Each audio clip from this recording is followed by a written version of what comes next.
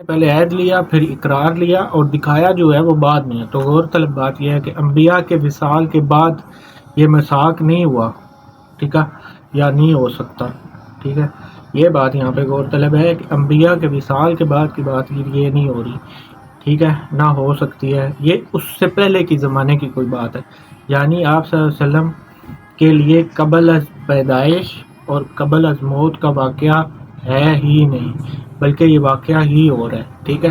یہ ان آیات کی تشریح سے آپ کو واضح سمجھ آ جائے گا کہ حضور صلی اللہ علیہ وسلم سے کو دکھا کے جو منظر اللہ نے دکھایا، انبیاء سے عہد لیا، وہ انبیاء کے وصال کے بعد کی بات تو نہیں ہو سکتی۔ یہ لاجیکلی آپ کو سمجھ آ جائے گی، آرام سے سمجھ آ جاتی ہے، ٹھیک ہے۔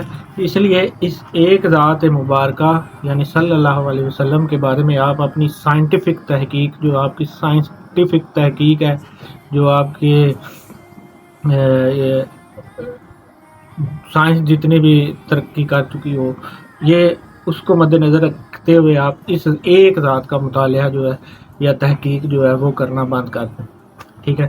اللہ سے یہ دعا کریں کہ ایسا کوئی واقعہ منظر آپ کو نظر آ جائے کہ میں نبی صلی اللہ علیہ وسلم کی درجات کی بحث جو ہے اس میں نہ پڑھوں۔ بحث صرف وہ کرے جو مقام سے آشنا ہو، یعنی فضول اور گونگے سوالات نہ کیا کریں۔ اللہ بڑا ہے یا پیغمبر بڑے ہیں، یہ ایک بوندا سا سوال ہے، یہ کوئی بحث نہیں ہے، ٹھیک ہے۔ اللہ اللہ ہی ہے، اور محمد صلی اللہ علیہ وسلم نے خود بتایا ہے کہ میں اللہ کی عبادت کرتا ہوں، ٹھیک ہے۔ تو بس یہ ایمان ہو کہ وہ اللہ ہے اور نبی جو ہے وہ محبوب ہے، ٹھیک ہے۔ اللہ خالق ہے اور محمد صلی اللہ علیہ وسلم جو ہیں وہ مخلوق ہے۔ بس بیان جیسے ہوا ہے ویسے ہی ہم نے رکھنا ہے۔ قرآن نے یہاں تک ہی بتایا ہے، تو بس ہم نے مقابلے کی باتیں نہیں کرنی، ہم نے بحثیں مباحثے نہیں کرنے، ٹھیک ہے۔ رہے گی بات سمجھ آنے کی، تو جیسے اور جوں کوئی مسلمان قریب ہوتا جائے گا، بات ویسے ویسے آپ کو سمجھ آتی جائے گی کہ یہ بات ہے کیا، کہ آپ صلی اللہ علیہ وسلم کیا ہیں، کس سے ملتے ہیں یا کسی سے ملتے ہیں یا کسی سے ملتے ہوں گے، تو ایسا بے شک ہے کہ وہ تو ملتے ہوں گے، ٹھیک ہے۔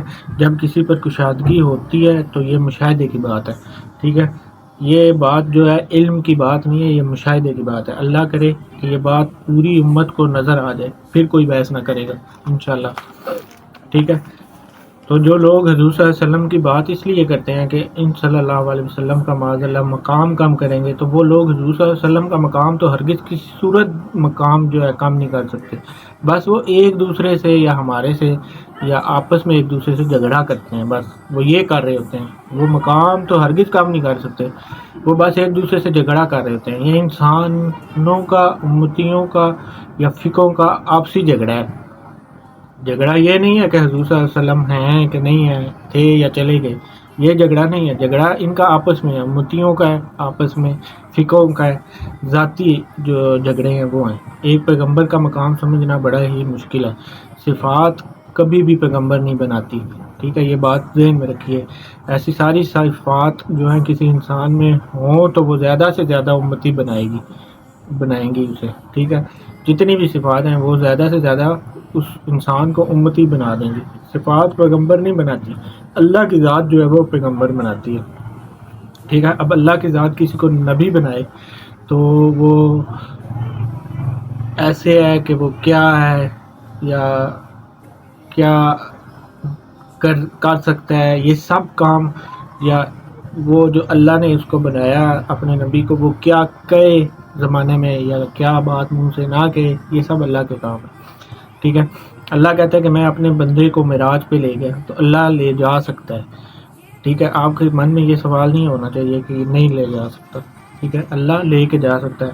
ہاں، آپ یہ بات کسی اللہ والے سے پوچھیں، علم والے سے نہیں، مشاہدے والے سے، ولی اللہ سے یہ بات پوچھیں، آپ کو وہ بتائے کہ اللہ جو ہے وہ لے جا سکتا ہے یا نہیں لے جا سکتا۔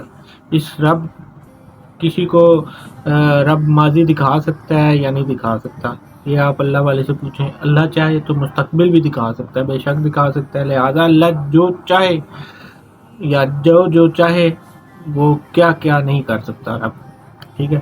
تو پہلے اپنا ایمان آپ اس پہ مضبوط کریں کہ اللہ جو چاہے وہ کر سکتا ہے، لہذا آپ بحث نہ کریں۔